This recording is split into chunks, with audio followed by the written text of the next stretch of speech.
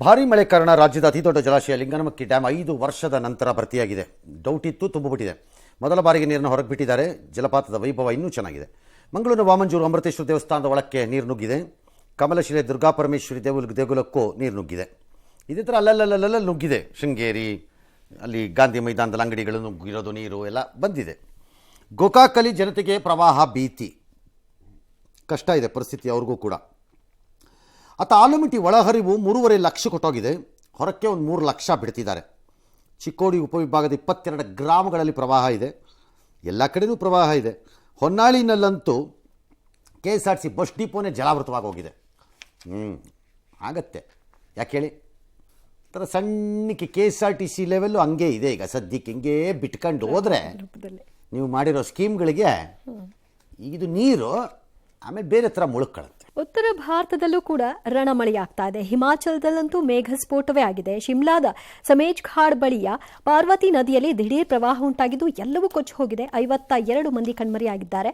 ಬ್ಯಾಸ್ ನದಿ ಅಪಾಯದ ಮಟ್ಟ ಮೀರಿದ ಕಾರಣ ಮಲನಾ ಡ್ಯಾಂ ಹೆಚ್ಚು ಕಡಿಮೆ ನಾಶವಾಗಿದೆ. ಪಂದೋ ಡ್ಯಾಂನಿಂದ ಅಪಾರದ ನೀರನ್ನು ರಿಲೀಸ್ ಮಾಡಲಾಗಿದೆ. ಉತ್ತರಾಖಂಡ್ನಲ್ಲಂತೂ ಮೇಘಸ್ಫೋಟವಾಗಿದ್ದು ದೊಡ್ಡ ಪ್ರಮಾಣದಲ್ಲಿ ಗುಡ್ಡ ಕುಸಿತಗಳು ಸಂಭವಿಸಿವೆ. ಗೌರಿಕೊಂಡ ಸೋನ್ ಪ್ರಯಾಗ ನಡುವಿನ ರಸ್ತೆ ಸಂಪೂರ್ಣ ಹಾನಿಯಾಗಿದೆ. ಕೇದಾರನಾಥದ ಮಾರ್ಗ ಕೊಚ್ಚಿ ಹೋಗಿದೆ. ಪ್ರತ್ಯೇಕ ಘಟನೆಗಳಲ್ಲಿ ಕನಿಷ್ಠ 24 ಮಂದಿ ಬಲಿಯಾಗಿದ್ದಾರೆ. ಮಾರ್ಗ ಮಧ್ಯೆ ಸಿಲುಕಿದ ಭಕ್ತರನ್ನ ಹೆಲಿಕಾಪ್ಟರ್ ಮೂಲಕವಾಗಿ ರಕ್ಷಣೆ ಮಾಡಲಾಗಿದೆ. ಉತ್ತರ ಪ್ರದೇಶದಲ್ಲೂ ಭಾರೀ ಮಳೆ, ಪ್ರವಾಹ ಸ್ಥಿತಿ ನಿರ್ಮಾಣವಾಗಿದೆ. ಪ್ರಯಾಗ್ರಾಜ್ನಲ್ಲಿ ನೋಡುತ್ತಲೇ ಕಾಂಪೌಂಡ್ ಒಂದು ವ್ಯಕ್ತಿ ಮೇಲೆ ಬಿದ್ದಿದೆ. ಜೈಪುರ ಏರ್ಪೋರ್ಟ್ ಜಲಾವೃತವಾಗಿದೆ. ಪ್ರಯಾಣಿಕರಂತೂ ಪರದಾಡಿದ್ದಾರೆ. ರಾತ್ರಿ ನಡೆದ ಭಾರೀ ಮಳೆಗೆ ಡೆಲ್ಲಿ ತತ್ತರಿಸೋಗಿದೆ. ಒಂದೇ ಗಂಟೆಯಲ್ಲಿ 112 ಮಿಲಿಮೀಟರ್ ಮಳೆ ಅಂತೆ. ಅಯ್ಯಪ್ಪ, ಪ್ರವಾಹ ಸ್ಥಿತಿ. ಹೊಸ ಸಂಸತ್ ಭವನದ ಲಾಬಿ ಸೇರಿ ಹಲವೆಡೆ ಮಳೆ ನೀರು ಸೋರಿಕೆ ಆಗಿಬಿಟ್ಟಿದೆ. ಲಾಬಿ ಮೇಲ್ಗಡೆಯಲ್ಲಿ ಒಂದು ಡೋಮು ಇದೆ ಅಂತ ಅಂದ್ಕೊಂಡಿದ್ದೀನಿ ನಾನೀಗ. ಕರೆಕ್ಟ್, ಅಲ್ಲಿದೆ ಅಲ್ವಾ? ಯಾಕೆ ಇದನ್ನು ಹೇಳಿದೆ ಅಂದರೆ, ಡೋಮ್ ಅಂದರೆ ಜನರಲಿ ಇಂಥ ಸ್ಟ್ರಕ್ಚರ್ಸಲ್ಲಿ ಸ್ವಲ್ಪ ಯಾಮಾರಿದ್ರು ಲೀಕ್ ಬಂದ್ಬಿಡುತ್ತೆ. ಅದನ್ನು ಆಮೇಲೆ ರಿಪೇರಿ ಮಾಡ್ಕೋಬೇಕು ನೀವು. ಒಬ್ಬೊಬ್ಬರು ನನ್ನ ಮಾತಾಡ್ತಾರೆ, ಈಗ ನನಗೆ ಗೊತ್ತಿದೆ. ಅದು ಭಾಳ ಹಿಂದೆ ಕಂಠೀರವ ಒಳಾಂಗಣ ಕ್ರೀಡಾಂಗಣವನ್ನು ಕಟ್ಟಿದ್ರು ಇಲ್ಲಿ ಬೆಂಗಳೂರಿನಲ್ಲಿ. ಮಾರನೇ ದಿನನೇ ಸೋರಿತ್ತು. ವೆರಿ ನೆಕ್ಸ್ಟ್ ಡೇ ಅಥವಾ 2 ಡೇಸ್ ಲೇಟರ್ ಹಂಗೆ ಅಂತ ಸೋರ್ಕತ್ತು. ಹಾಗಾದ್ರೆ ಕಳಪೆ ಡೂಮ್ ಸ್ಟ್ರಕ್ಚರ್ಸಲ್ಲಿ ಕೆಲವು ನಿಯಮಗಳ ಪಾಲನೆ ಅಥವಾ ಸ್ವಲ್ಪ ಏರ್ಪೇರ್ ಆದರೂ ಬಂದುಬಿಡುತ್ತೆ. ಅದು ಕರೆಕ್ಟಾಗಿ ನೋಡ್ಕೊಂಡಿರ್ಬೇಕು. ನೋಡ್ತಾರೆ ಅಂತ ಅನ್ಸತ್ತೆ. ಬಟ್ ಕಾಂಗ್ರೆಸ್ನವರು ನಡೆದ್ರೆ ಒಳಗೆ ವಾಟರ್ ಲೀಕ್ ವರ್ಷದ ಹಿಂದೆ ಆಗಿದ್ದ ಸಂಸತ್ ಭವನದ ಪರಿಸ್ಥಿತಿ ಇದು ಅಂತೆಲ್ಲ ಹೇಳಿದ್ದಾರೆ. One thing we should know, ಅದನ್ನೊಂದು ಒಳ್ಳೆ ಸಂಸ್ಥೆ ಕಟ್ಟಿದ್ದಾರೆ. ಯಾರು ನರೇಂದ್ರ ಮೋದಿನೋ ಅಥವಾ ಯಾರೋ ಖರ್ಗೆನೋ ರಾಹುಲ್ ಗಾಂಧಿನೋ ಹೋಗ್ಬಿಟ್ಟು ಇಲ್ಲಿ ಸಿಮೆಂಟ್ ಸ್ವಲ್ಪ ಉಳಿಸ್ಕೊಂಡ್ಬಿಡು ಹಂಗೆ ಅಡ್ಜಸ್ಟ್ ಮಾಡ್ಕೊಂಬಿಡೋಣ ಅಂತ ಏನೋ ಮಾಡಿರಲ್ಲ. ಆ್ಯಂಡ್ ಲಾರ್ಜ್ ಕನ್ಸ್ಟ್ರಕ್ಷನ್ಸಲ್ಲಿ ಈ ಥರದೆಲ್ಲ ಮೈನರ್ ಅಡ್ಜಸ್ಟ್ಮೆಂಟ್ಸ್ 1-2-3 ವೆದರಿಂಗ್ ಆಗಬೇಕು. 1-2-3 ಸೀಸನ್ಸ್ ಪಾಸ್ ಆಗುತ್ತೆ. ಏನಾಗುತ್ತೆ ಅಂತ ನೋಡ್ಕೊಳ್ಳಿ. ಸಾಮಾನ್ಯವಾಗಿ ನಮ್ಮ ಮನೆಯಲ್ಲೂ ಆಗತ್ತಿದು. ಈ ಮನೆಯ ಗೋಡೆಗಳಿಗೆ ಕ್ರ್ಯಾಕ್ ಬರೋದು, ಏರ್ ಕ್ರ್ಯಾಕ್ ಥರ ಬರೋದು, ಪ್ಲಾಸ್ಟ್ರಿಂಗ್ ಕ್ರ್ಯಾಕ್ ಥರ ಬರೋದು, ಅಲ್ಲಲ್ಲಿ ನೀರು ಕಟ್ಟೋ ಥರ ಚೂರು ನೀರು ಸೀಪೇಜ್ ಆಗ್ಬಿಡೋದು, ಇದೆಲ್ಲ ಆಗುತ್ತೆ. ಸ್ಟಿಲ್ ಏನು ರಾಜಕಾರಣ ಹೇಗೇನು ಹಂಗೆಲ್ಲ ಮಾತಾಡ್ಬಾರ್ದು ನಾವು. ಈ ಸಂಸತ್ತಲ್ಲಿ ಚರ್ಚೆ ಮಾಡಬೇಕು ಅಂದರೆ ಮಾಡ್ರಪ್ಪ, ಬೇಡ ಅಂತವ್ರು ಯಾರು. ಇನ್ನು ಹೆಂಗಿದ್ರು ಬೇರೆ ಏನು ಚರ್ಚೆ ಮಾಡಲ್ಲ ನೀವು. ಇದಾದರೂ ಮಾಡಿ ಅಟ್ಲೀಸ್ಟು ನಮ್ಮ ಕಾಸಿಗಾದ್ರೂ ಒಂದು 4 ಆಣಿ ಬೆಲೆ ಬರಲಿ. ಮಳೆ ಹೊತ್ತಲ್ಲಿ ತರಕಾರಿ ತರಕ್ಕೆ ಮಗನ ಜೊತೆ ಹೋಗಿದ್ರಂತೆ ಮಹಿಳೆಯೊಬ್ಬರು ಕಾಲುವೆನಲ್ಲಿ ಕೊಚ್ಚೋಗ್ಬಿಟ್ಟಿದ್ದಾರಲ್ಲಿ. ಘಟನಾ ಸ್ಥಳದಿಂದ 500 ಮೀಟರ್ ದೂರದಲ್ಲಿ ಸಿಕ್ಕಿದೆ ಅವ್ರದ್ದು ಮೃತದೇಹಗಳು. ಅಯ್ಯಯ್ಯ, ಆದರೆ 500 ಮೀಟರ್ ದೂರಕ್ಕೆ ಹೋಗಿದ್ದಾರೆ ಈ ತಾಯಿ ಮಗು, ಕೊಚ್ಕೊಂಡು ಹೊಟ್ಟೋಗಿದ್ದಾರೆ. ಆ ತಾಯಿ ನೋಡಿ ಮಗನ ಕೈಯಿಂದ ಬಿಟ್ಟೇ ಇರಲಿಲ್ವಂತೆ. ಆಗಲೂ ಕೈ ಹಿಡ್ಕೊಂಡೇ ಇದ್ದಾಳಂತೆ. ಡೆತ್ ಆಗ್ಬಿಟ್ಟಿದೆ. ಮಥುರಾ ಕೃಷ್ಣ ಜನ್ಮಭೂಮಿ ವಿವಾದ ಸಂಬಂಧ ಮಸೀದಿ ಸಮಿತಿಗೆ ಭಾರೀ ಹಿನ್ನಡೆಯಾಗಿದೆ. ಶಾಹಿ ಈದ್ಗಾ ಮಸೀದಿ ಸಮಿತಿ ಸಲ್ಲಿಸಿದಂತಹ ಮೇಲ್ಮನವಿ ಅರ್ಜಿಯನ್ನು ಅಲಹಾಬಾದ್ ಹೈಕೋರ್ಟ್ ವಜಾ ಮಾಡಿದೆ. ಮಸೀದಿ ತೆರವು ಕೋರಿ ಹಿಂದೂ ಪರ ಸಂಘಟನೆಗಳು 15 ಅರ್ಜಿಯನ್ನು ಸಲ್ಲಿಕೆ ಮಾಡಿದ್ವು. ಹೈಕೋರ್ಟ್ ಒಪ್ಪಿಗೆಯನ್ನು ಸೂಚಿಸಿದೆ. ಮುಂದಿನ ವಿಚಾರಣೆಯನ್ನು ಆಗಸ್ಟ್ 12ಕ್ಕೆ ಮುಂದೂಡಿದೆ. ಆದರೆ ಇದನ್ನು ಪ್ರಶ್ನೆ ಮಾಡಿ ನಾವು ಸುಪ್ರೀಂ ಕೋರ್ಟ್ ಹೋಗ್ತೀವಿ ಅಂತ ಶಾಹಿ ಈದ್ಗಾ ಮಸೀದಿ ಸಮಿತಿ ಹೇಳಿದೆ. ಆಯಿತು, ನೀವು ಮಾಡಿ, ನಾವು ಸುಪ್ರೀಂ ಕೋರ್ಟ್ನಲ್ಲಿ ಫೈಟ್ ಮಾಡ್ತೀವಿ ಅಂತ ಹಿಂದೂ ಪರ ವಕೀಲ ವಿಷ್ಣು ಶಂಕರ್ ಜೈನ್ ತಿಳಿಸಿದ್ದಾರೆ. ಒಬ್ಬರು ಹೆಣ್ಣು ಮಗಳನ್ನು ಅಪಹರಣ ಮಾಡಿದ KR ನಗರದ ಸಂಬಂಧದ ಕೇಸ್ನಲ್ಲಿ ರೇವಣ್ಣ ಅವರಿಗೆ ಜಾಮೀನು ಮಂಜೂರು ಮಾಡಿರೋದನ್ನು ಹೈಕೋರ್ಟ್ ತನ್ನ ಆದೇಶ ಕಾಯ್ದಿರಿಸಿದೆ. ಆದರೆ ಈ ಮಧ್ಯೆ ಆರೋಪ ಪಟ್ಟಿಯನ್ನು ಸಲ್ಲಿಸಲಾಗಿದೆ. ಅವರು ಮತ್ತು ಅವರ ಪತ್ನಿ ಭವಾನಿನೇ ಅದಕ್ಕೆ ಕಾರಣ. 22 ಆಡಿಯೋ ಕ್ಲಿಪ್ ಇದೆ. ಇದರಲ್ಲಿ ನಿರಂತರವಾಗಿ ಬೆದರಿಕೆ ಹಾಕಿದ್ದಾರೆ ಅಂತೆಲ್ಲ ದೋಷಾರೋಪ ಪಟ್ಟಿಯಲ್ಲಿದೆ. 11 ಜನ ಒಟ್ಟು ಆರೋಪಿಗಳು.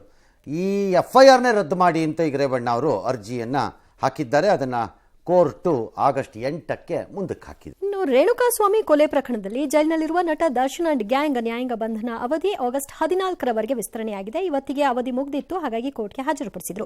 ಈ ವೇಳೆ ಆರೋಪಿಗಳಿಗೆ ಏಕೆ ಜಾಮೀನು ಕೊಡಬಾರದು ಅಂತ ಎಸ್ಪಿಪಿ ವಿವರಿಸಿದ್ದಾರೆ. ನ್ಯಾಯಾಂಗ ಬಂಧನವನ್ನ ವಿವರಣೆ ಮಾಡಿದ್ರಿಂದ ವಿಸ್ತರಣೆ ಮಾಡಲಾಗಿದೆ. ಇದನ್ನ ಕೋರ್ಟ್ ಪುರಸ್ಕಾರ ಮಾಡಿದೆ.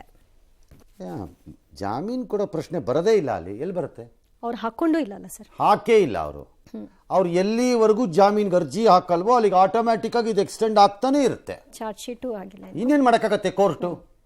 ಎಕ್ಸ್ಟೆಂಡ್ ಆಗಲಿ. ಭಾಳ ದಿನ ಆಯಿತು ನಿಮ್ಮನ್ನೆಲ್ಲ ಇಲ್ಲಿ ಇಟ್ಕೊಂಡು ನಂಗೆ ಬೇಜಾರಾಗಿದೆ, ನಿಮ್ಮ ಮಕ್ಕ ನೋಡ್ಬಿಟ್ಟು ಹೋಗಿಲ್ಲ ಮನೆಗೆ ಅಂತ ಕಳ್ಸೋಕ್ಕಾಗತ್ತಾ? ಎಲ್ಲಿವರೆಗೂ ಅವ್ರು ಜಾಮೀನು ಅರ್ಜಿಗೆ ಹಾಕಲ್ವೋ ಅಲ್ಲಿವರೆಗೂ ಇದು ವಿಸ್ತರಣೆ ಆಗ್ತಾನೆ ಇರುತ್ತೆ.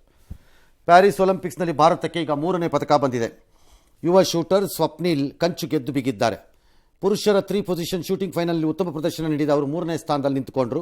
ಈ ಮೂಲಕ ನಮಗೆ ಭಾರತಕ್ಕೆ 3ನೇ ಪದಕ ಬಂತು. 3ವೇ ಶೂಟಿಂಗಲ್ಲೇ ಬಂದಿದೆ. ಆದರೆ ಕೆಲವುಗಳಲ್ಲಿ ನಿರಾಸೆ ಆಗಿದೆ. ಸ್ಟಾರ್ ಬಾಕ್ಸರ್ ನಿಖಿತ್ ಜರೀನ್ ಚೀನಾದ ಊಹು ಮುಂದೆ ಸೋತ್ಬಿಟ್ಟಿದ್ದಾರೆ. ಮಹಿಳೆಯರ 50 kg ವಿಭಾಗದ ಪ್ರೀ ಕ್ವಾರ್ಟರ್ ಫೈನಲ್ನಲ್ಲಿ ಜರೀನ್ ಸೋಲನ್ನು ಅನುಭವಿಸಿದ್ದಾರೆ. ಇನ್ನು ಬ್ಯಾಡ್ಮಿಂಟನ್ನಲ್ಲಿ ಸಾತ್ವಿಕ್ ಚಿರಾಗ್ ಜೋಡಿ ಸೋಲಾಗ್ಬಿಟ್ಟಿದೆ. ಪುರುಷರ ಹಾಕಿನಲ್ಲಿ ಮೊದಲನೇ ಸೋಲ್ ನಮಗೆ ಬೆಲ್ಜಿಯಂ ವಿರುದ್ಧ 1-2 ಅಂದರೆ ಅವ್ರು 2 ನಾವು 1 ಅಂತರದಲ್ಲಿ ಸೋತಿದ್ದೀವಿ. ಏನೋ ಸದ್ಯಕ್ಕೆ ಸಂಭ್ರಮ, 3ನೇ ಪದಕ. ಅಮೆರಿಕ ಅಧ್ಯಕ್ಷೀಯ ಚುನಾವಣೆಯಲ್ಲಿ ಟಾಕ್ ವಾರ್ ಜೋರಾಗಿದೆ. ಡೆಮೊಕ್ರೆಟಿಕ್ ಪಕ್ಷದಿಂದ ಸ್ಪರ್ಧಿಸಲು ತಯಾರಿ ನಡೆಸಿರುವ ಕಮಲಾ ಹ್ಯಾರಿಸ್ ವಿರುದ್ಧ ಟ್ರಂಪ್ ಮತ್ತೆ ನಾಲಿಗೆ ಹರಿಬಿಟ್ಟು ಆಕೆ ಭಾರತೀಯಳ, ಕಪ್ಪು ವರ್ಣೀಯಳ ಅಂತ ಪ್ರಶ್ನೆ ಮಾಡಿದ್ದಾರೆ. ಇದಕ್ಕೆ ಕಮಲಾ ಹ್ಯಾರಿಸ್ ತೀಕ್ಷ್ಣವಾಗಿ ತಿರುಗೇಟು ಕೊಟ್ಟಿದ್ದಾರೆ. ಟ್ರಂಪ್ ಮತ್ತೆ ವಿಭಜನೆ ಸಿದ್ಧಾಂತದ ಹಳೆ ರಾಗ ಹಾಡ್ತಿದ್ದಾರೆ, ಅಪಮಾನಿಸುವ ಧೋರಣೆಯನ್ನ ಪ್ರದರ್ಶನ ಮಾಡ್ತಾ ಇದ್ದಾರೆ ಅಂತ ಕಿಡಿಕಾರಿದ್ದಾರೆ. ಟ್ರಂಪ್ಗೆ ಒಂಥರ ನಮ್ಮ ದೇಶದ ರಾಜಕಾರಣಿಗಳದೇನೋ ಸಂಬಂಧ ಇದ್ದಂಗಿದೆ. ಯಾಕೆ ಸರ್? ಸುಮ್ಮನೆ ಬಾಯಿ ಬಂದಂಗೆ ಅವ್ರು ಹೇಳ್ಬಿಡ್ತಾರೆ, ಇಷ್ಟ ಬಂದಂಗೆಲ್ಲ ತಾನು ಹೇಳಿದ್ ಸರಿ ಅಂದ್ಬಿಡ್ತಾರೆ ಅವರು. ಕೆಲವು ಸರಿ ಇರುತ್ತೆ. ಫಾರ್ ಎಕ್ಸಾಂಪಲ್ ಈಗ ಇಮಿಗ್ರೇಷನ್ ಅಲ್ಲೆಲ್ಲ ಅವ್ರು ಹೇಳೋದಿದೆಯಲ್ಲ, ಅಕ್ರಮವಾಗಿ ಬರಬೇಡ್ರಯ್ಯ, ಕರೆಕ್ಟಾಗಿ ಕಾನೂನು ಪ್ರಕಾರ ಬನ್ನಿ. ನಮ್ಮ ದೇಶದಲ್ಲಿ ಹೇಳ್ತಾರಲ್ಲ, ಯಾರು ಹೆಂಗ್ ಬೇಕಾದ್ರೂ ಬರ್ಕೊಡ್ಬೋದಪ್ಪ ಅಂತ. ನಮ್ಮ ದೇಶದಲ್ಲಿ ಇದ್ದಾರೆ ಅಂತ ಪುಟಿಂಗರು ಕೆಲವರೆಲ್ಲ. ಅದು ಸರಿ. ಆದರೆ ಇದಲ್ಲ. ಆಕೆ ತಾಯಿ ಭಾರತೀಯ ಮೂಲನೇ, ತಂದೆ ಜಮೈಕಾ ಇರಬೇಕು. ಅದು ಹಂಗಾಗಿ ಅದು ಹಂಗೆ ಆಗಿರುತ್ತೆ. ಅದು ನಂಬರ್ 1. ಇವರು ಆಕೆ ಭಾರತೀಯಳ, ಕಪ್ಪು ವರ್ಣೀಯಳ ಅಂತೆಲ್ಲ ಕೇಳ್ತಾರೆ. ನಿಮ್ಮ ಶ್ರೀಮತಿ ಯಾವ ಊರು ಮೂಲ ಅಂತ ಯಾವನಾರು ಕೇಳಬೇಕು ಅವ್ರನ್ನ. ಆಗ ಅವ್ರಿಗೂ ಗೊತ್ತಾಗುತ್ತೆ. ಕೇಳಲ್ಲ ಯಾರು, ಕೇಳಬೇಕು. ಸುಮ್ಮನೆ ನಮ್ಮನ್ನು ಕನ್ಸಲ್ಟ್ ಮಾಡಿ ಹೇಳ್ಕೊಡ್ತೀವಿ ಹೆಂಗೆ ಕೇಳಬೇಕು ಅಂತ. ಟೆಹರಾನ್ನಲ್ಲಿ ಹಮಾಸ್ ಮುಖ್ಯಸ್ಥರಂಥ ಹತ್ಯೆಗೆ ಪ್ರತಿಕಾರ ತೀರಿಸ್ಕೊಳ್ಳೋದಕ್ಕೆ ಇರಾನ್ ಮುಂದಾಗಿದೆ. ಇಸ್ರೇಲ್ ಮೇಲೆ ನೇರವಾಗಿ ದಾಳಿ ನಡೆಸ್ತೀವಿ ಅಂತ ಅದರ ಸುಪ್ರೀಂ ಲೀಡರ್ ಅಯತುಲ್ಲಾ ಖೊಮೇನಿ ಆದೇಶ ಕೊಟ್ಟಿದ್ದಾರೆ. ಹಾಗಾಗಿ ಇರಾನ್ ಮತ್ತು ಇಸ್ರೇಲ್ ಯುದ್ಧವೂ ಆರಂಭವಾಗಬಹುದು ಎನ್ನಲಾಗ್ತಾ ಇದೆ. ಇದೇ ವೇಳೆ ಗಾಜಾ ಮೇಲೆ ನಡೆಸಿದ ದಾಳಿನಲ್ಲಿ ಹಮಾಸ್ ಮಾಸ್ಟರ್ ಮೈಂಡ್ ಮೊಹಮ್ಮದ್ ಡಯಫ್ನ ಹತ್ಯೆಯಾಗಿದ್ದಾನೆ ಅನ್ನೋದನ್ನು ಟೆಲ್ ಅವೀವ್ ಅಲ್ಲಿ ಅಂದರೆ ಇಸ್ರೇಲ್ ಕೂಡ ಸ್ಪಷ್ಟಪಡಿಸಿದೆ. ಇದು ಭಾಳ ದೊಡ್ಡ ಪ್ರಮಾಣದ ಯುದ್ಧಕ್ಕೆ ಸಜ್ಜಾಗ್ತಿರೋಂಗಿದೆ. ಇರಾನ್ ಮತ್ತು ಇಸ್ರೇಲ್ನ ನೇರ ಯುದ್ಧ ನಡೆದರೆ ನೇರವಾಗಿ ಅವರಿಬ್ಬರು ಬಾರ್ಡ್ರಲ್ಲೇನು ಪಕ್ಕ ಇಲ್ಲ, ಅದು ದಾಟ್ಕೊಂಡು ಬಂದೇ ಆಗಬೇಕು. ಬಟ್ ಆದರೆ ಆ ಇಡೀ ಪ್ರಾಂತ್ಯವೇ ಒಂದು ಯುದ್ಧದ ವ್ಯೂಹ ಸುಳಿ ಒಳಗೆ ಸಿಕ್ಕಾಕ್ಕೊಳ್ಳುತ್ತೆ. ಆಗ ಏನು ಇಸ್ರೇಲ್ ಒಂದೇ ನಿಂತ್ಕೊಳ್ಳಿಕ್ಕಿಲ್ಲ ಅನ್ಸುತ್ತೆ ನನ್ನ ಪ್ರಕಾರ. ಕ್ವೈಟ್ ಲೈಕ್ಲಿ ಅಮೆರಿಕನ್ ಎಂಟ್ರಿ ಆಗೋಗ್ಬಿಡ್ಬೋದು ಅದರೊಳಗಡೆಗೆ. ಅವ್ರಿಗೆ ಬೇಕೋ ಬೇಡವೋ ಪ್ರಶ್ನೆ ಬೇರೆ. ಹಂಗೆ ಆಗಬಹುದೇನೋ. ಆಗ ಎಲ್ಲಿಗೆ ಹೋಗುತ್ತೋ ಗೊತ್ತಿಲ್ಲ. ಇದು ಸದ್ಯಕ್ಕೆ ಇರಾನ್ನವ್ರಿಗೆ ಕೋಪ ಏನೀಗ? ಅಲ್ಲಲ್ಲ, ನಮ್ಮ ದೇಶಕ್ಕೆ ಅತಿಥಿಯಾಗಿ ಬಂದವನು ಅದೇ ಯಾರು ಇಸ್ಮಾಯಿಲ್ ಹನಿಯೇ ಬಂದಿದ್ದಲ್ಲ, ಹೆಜ್ಬುಲ್ಲಾ ಲೀಡ್ರು. ಅವ್ರ ದೇಶದ ಅಧ್ಯಕ್ಷರ ಪ್ರಮಾಣ ವಚನ ಸ್ವೀಕಾರ ಕಾರ್ಯಕ್ರಮಕ್ಕೆ ಹೋಗಿದ್ದಿದ್ದು ಅತಿಥಿಯಾಗಿ. ಆಗ ಅವ್ರು ಇಡೀ ಸೆಕ್ಯೂರಿಟಿನ ಭೇದಿಸಿ ಅವ್ನಿಗೆ ಅಲ್ಲೇ ಹೊಡೆದು ಸಾಯಿಸಿದಾರಲ್ಲ, ಇವ್ರು ಎಂಥವ್ರು ನಮ್ಮ ಮಾನ ಮರ್ಯಾದೆ ತೆಗೆದುಬಿಟ್ಟಿದ್ದಾರೆ ಅಂತ ಅವರು. ಪ್ರೆಸ್ಟೀಜ್ ಪ್ರಶ್ನೆ. ಅಂಡ್ ಇರಾನ್ ಇಸ್ರೇಲ್ ಮೊದಲಿಂದಾನೂ ಆಗಲ್ಲ. ಈ ಹಿಂದೆ ಅವರು ಡ್ರೋನ್ಗಳನ್ನು ಕಳಿಸಿದ್ರು, ಇಸ್ರೇಲ್ ಅವ್ರನ್ನ ಹೊಡೆದಾಕಿದ್ರು. ಇದು ಮೊದಲಿಂದಾನೂ ನಡೀತಾ ಇರೋವಂಥದ್ದೇ. ಲೆಟ್ಸ್ ಸಿ ಈ ಯುದ್ಧ ಎಲ್ಲಿಗೆ ಹೋಗುತ್ತೋ ಏನೋ ಗೊತ್ತಿಲ್ಲಪ್ಪ. We don't know. ಬಿಕಾಸ್ ಯುದ್ಧ ವಿಪರೀತವಾಗಿ ಹೋದರೆ ನಾ ಹೇಳ್ತಿರೋದು ಆಯಿಲ್ ಮಾರ್ಕೆಟ್ ಮೇಲೂ ಪರಿಣಾಮ ಬೀಳುತ್ತೆ. ಒನ್ಸ್ ಇರಾನ್ ಎಂಟರ್ಸ್, ಅಲ್ಲಿಗೂ ಹೊಡೆಯುತ್ತೆ ಏಟು.